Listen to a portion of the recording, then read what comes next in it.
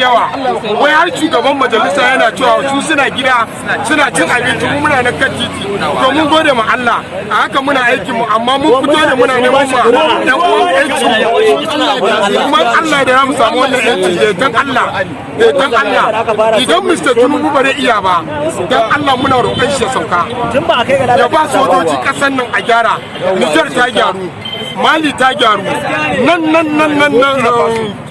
Kenya wanda suke kwanan nan ta gyaru akan karin subsidy na fulawa biredi gari yayi daidai to why mu yan Najeriya da muka ko ina population Africa wai muke so ba muka bi kowace ana kuma da Allah muna neman gwamnati ta taimaka mana da kawo mana wannan ci gaba to me shawaran ka ga matasa don ganin cewa an gudanar ina ba matasa shawara ni idan na tafiya da yaro ta baka wani ni na ba da dama ma a kama shi wannan gaskiya ya kama shi ba ma taba kayan kowa ba ma taba kayan kowa kuma Allah ya dabara taba kayan kowa ba ina roƙon matasa su fito security suna tsorata mutane wallahi ba abin da za su mana kar ka ga security da gudu ba abin da za su mana muna yi Allah ne sai da ba ma boye fiskan mu wallahi wannan ke kasa ne ba gaskiya ya so ba ma yi na yi na turanci da za a bashi wa zai da mana turanci da Allah da turanci muke sa mana da turanci muke sa mana da Allah to wani danye dai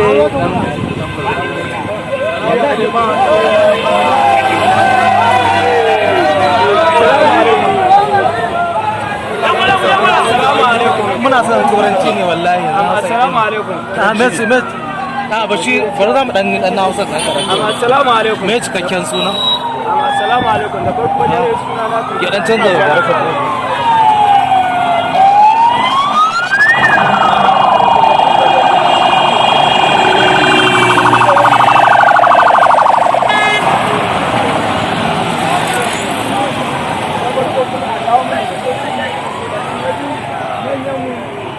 sama su ba ta cikin matsaloli amma talaka in ka ga wani give us chance to say something.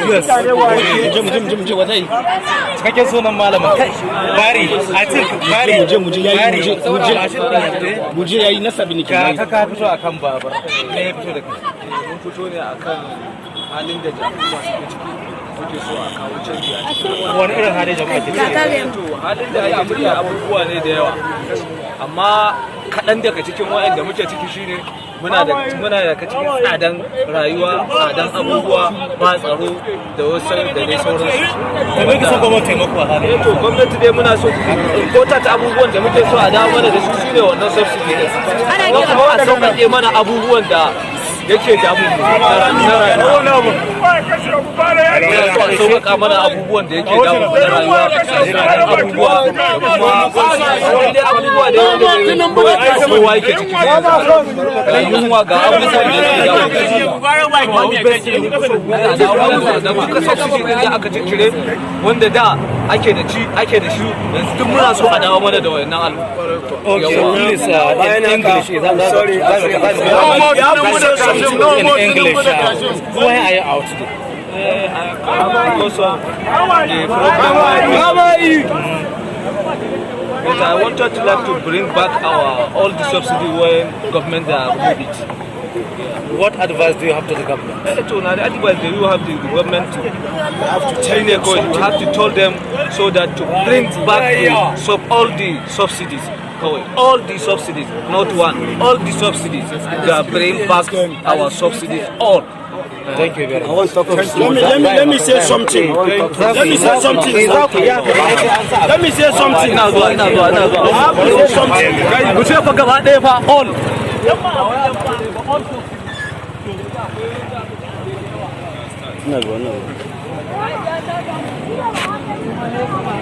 Tambaya mai tambaya sanan yi koya.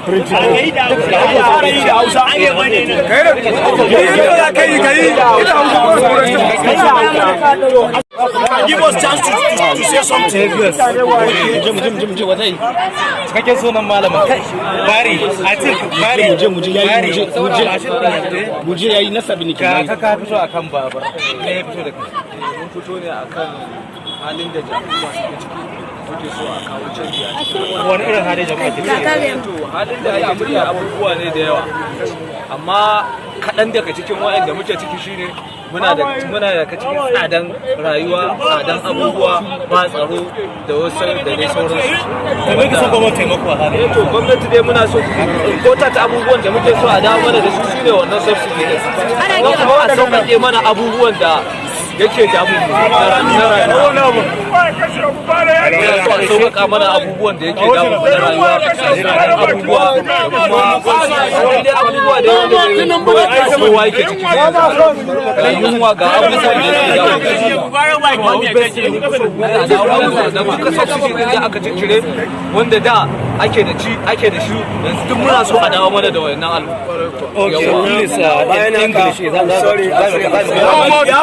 English, why are you out today? Because of the problem. But I wanted to like to bring back all the subsidy when government remove it. What advice do you have to the government? So now the advice that you have the government to change the code. You have to tell them so that to bring back all the subsidies. All the subsidies, not one. All the subsidies. They bring back our subsidies. All. Thank you very much. I want to talk let me say something. Let me say something. Let me say something. I have to say something. Ku ce fa gaba ɗaya fa all.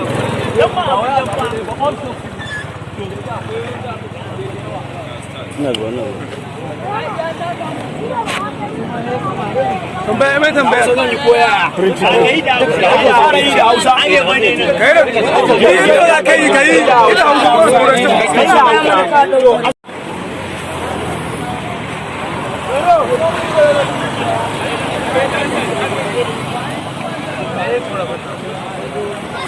gaban mu nan da zo ba zai kan ba da dawo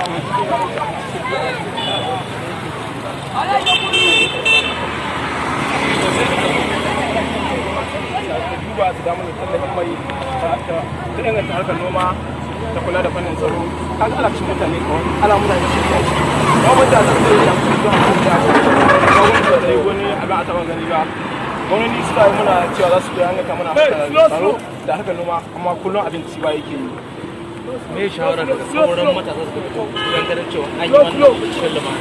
ina kira ga matasa ɗan uwana da muke ta wannan zanga-zanga su ke cikin lumana a yi cikin lumana a wasu lafiya ko kuma ƙara zuwa mai nuna shinmu da abin da an kai kuna wata shida mai saboda yunwa ta mana yawa za a ga mutum mara lafiya ga su asibiti ba sa da kuma masu kuɗi suna jini suna biya sa zama kuma ba su kula da talaka da kakwarin su amma su kuna wata shida su shine ƙwararrun mu ga gwamnati wanda jiba ta damar da tallayen mai saboda cire tallayen mai da shekka wannan tsadar rayuwa kana ganin abu ya nunka so kusan biyar haka aka ne in kuma ga abinci wanda ya tashin gwamnati da aka so ne kuma gwamnati kullum za ta yi mana alƙawari za ta ce mun za ta dawo shinkafa dubu amma mun kullum ba ma ji ta ce mun mutu daga nan da saboda za ta mun shinkafa dubu baya amma babu abin da ta yi kuma ta ce za ta duba bangaren noma za ta taimaka noma za a raba taki take an ba taki alama wanda ake so ne kawai take ba a ba talakawa su noma talakawa suna gona su noma amma an kasa jin kwarafin su suna kwarafin su gwamnati amma gwamnati ta kasa kula da su muna kira da gwamnati don Allah ta tausaya ta jibi halin talaka ke ciki a Najeriya.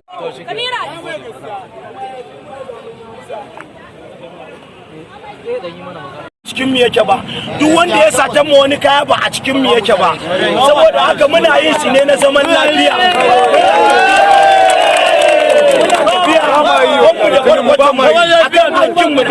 na Najeriya za ga Kirista za ga aido washi ba za ga wanda ma bai da addini a cikin wannan taron saboda haka mu mun dauki addini mun ajiye ta a gefe wannan muna yin fada ne akan kasan mu yancin kasan mu muna son zaman lafiya duka jinin mu ɗaya ne zaman lafiya muke so zaman lafiya muke so zaman lafiya muke so zaman lafiya dole